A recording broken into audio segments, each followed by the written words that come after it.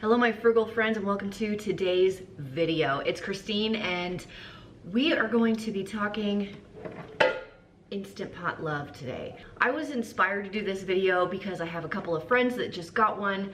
They don't know what to do, where to start, what should we do. So today let's go over my 5 favorite, totally easy recipes that I utilize in my life all of the time. I do these 5 things all the time in my Instant Pot. So without further ado, let's get started. The Instant Pot has changed my life when it comes to dried beans. Now you can do any beans, but here obviously I'm doing pinto beans. I found that 1 pound, 1 to 1.5 pounds is pretty good. I tried to do 2 pounds once and it didn't work very well. And then just cover with enough water to get to about the first knuckle on your finger. It could be cold or warm, doesn't matter. I did not soak these beans. I didn't even rinse them. I just put them in there with the water. Put that lid on and set it to seal. And then, depending on how old your beans are, if they're super old, they may take a little bit longer, but I always like to hit the bean button, which is 30 minutes at high pressure, and then I like to let them sit for quite a while. After that, you can just go around, do some errands, take a shower, no problem. And then, so a natural release after, go ahead and take your lid off, and then I like to use these in any recipe you would use a canned bean, and I like to make big batches of these, and then portion them out in freezer bags and stick them in the freezer. So I always have ready to go beans that are kind of like canned beans, the texture of them, but I've done them myself. Next up is steel cut oats, one of my favorite things to do. This one is so great for the mornings because I can throw it in the Instant Pot, go work out, go take a shower, and just let them sit there forever, and they're always good. So the ratio on this is 1 cup of steel cut oats to 3 cups of water. I've doubled this before and it's been totally fine with the same timing and everything. And the best part is you only have to set this for 3 minutes. And like I said, set it for your 3 minutes on high pressure, hit start, and walk away, go about your business in the morning, and just let it sit however long you want. It's going to look a touch watery when you first pull it out, but as you stir it, you'll notice that that goes away and it turns into the creamy consistency. I do like to make big batches of this also, and then you can use it all week. Brown sugar and cinnamon and apples are my favorite additions personally for steel cut oats. These reheat really nicely also, which is why I like making the bigger batches. Okay, third is white rice. I've done brown rice also, but let's just go with white since it's a little bit shorter. Now, the standard ratio for the Instant Pot is like a 1-to-1 on rice to water, and I found that that's a little dry for me, so I like to do a little bit extra. Here, you've seen me put 3 cups of rice and 4.5 cups of water. So basically 1-to-1 and then a little bit more. I just hit the rice button, which goes for 12 minutes. I let it do a semi-natural release, maybe 10 minutes or so, and look how fluffy and delicious it is. The water is not necessarily a strict measurement. It's just a matter of how soft you like your rice.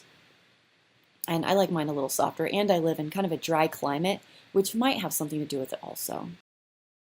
Okay, hard-boiled eggs are so great in the Instant Pot. I typically do 40 at one time. You don't have to. You could do 5 or load it up to the top and do 40. But you just put a cup of water at the bottom, fill it up to your heart's content, put that lid on, set it to seal, and then just hit your manual button, high pressure, for 5 minutes. And then after that, you're going to want to do a natural release for only about 3 to 4 minutes after that, and then open that puppy up, let her start steaming and screaming, and then pull those eggs out and get some ice water in stat. You want to stop the cooking process as fast as you can. So I like to move mine just over to the sink, run it with cold water, and then dump a bunch of ice in there. And let them sit, until they cool off. You can let them sit overnight if you don't want to peel them right away. I find that the Instant Pot hard-boiled eggs peel beautifully. They come off like in one big thing. It never sticks to the egg. I've been doing this for 2 years. I have never had a problem peeling the eggs after the fact.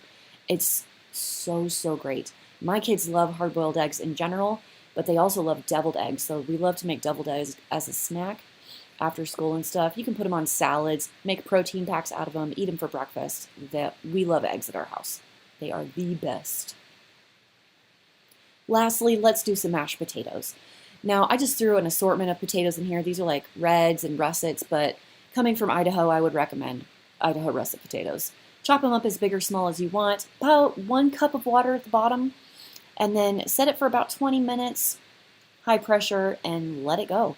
And the same thing here. You can let it sit for 20, 30 minutes after, or you don't have to. I didn't. I just opened it up, let it go, and then, as long as your potatoes are cooked, mine always are, add whatever you like in your mashed potatoes. Here I'm doing butter, some half and half, some kind of dairy of some kind, cream, evaporated milk, something, salt, of course. Potatoes can take a lot of salt. And pepper are the standards. And remember, you can always taste it and add more later if you feel like it's not creamy enough, not buttery enough, not salty enough. That's no problem. So get your masher, get your elbow grease in there, or get your husband in there to start mashing for you, and do it right in the pot to the consistency that you like. One pot, it's super, super easy. I mean, it's just made all of the cooking brainless. You set it, walk away, and forget about it. And if it takes you longer than you think, no problem. Hey, now that I've gone over the 5 easiest things you can do in the Instant Pot, go try some out and tell me which ones you like and which ones work for you. Don't you worry, guys. I will be coming up with more Instant Pot recipes, full dinners, and everything coming up soon. Hit thumbs up if you guys enjoyed it. Hit everything on the screen if you want to subscribe or watch any other videos that I have done in the past. And if you haven't checked out our $200 a month grocery budget playlist yet, that's down here for you. So thanks for joining me today, and hope you guys have an amazing day. I'll see you in the next video.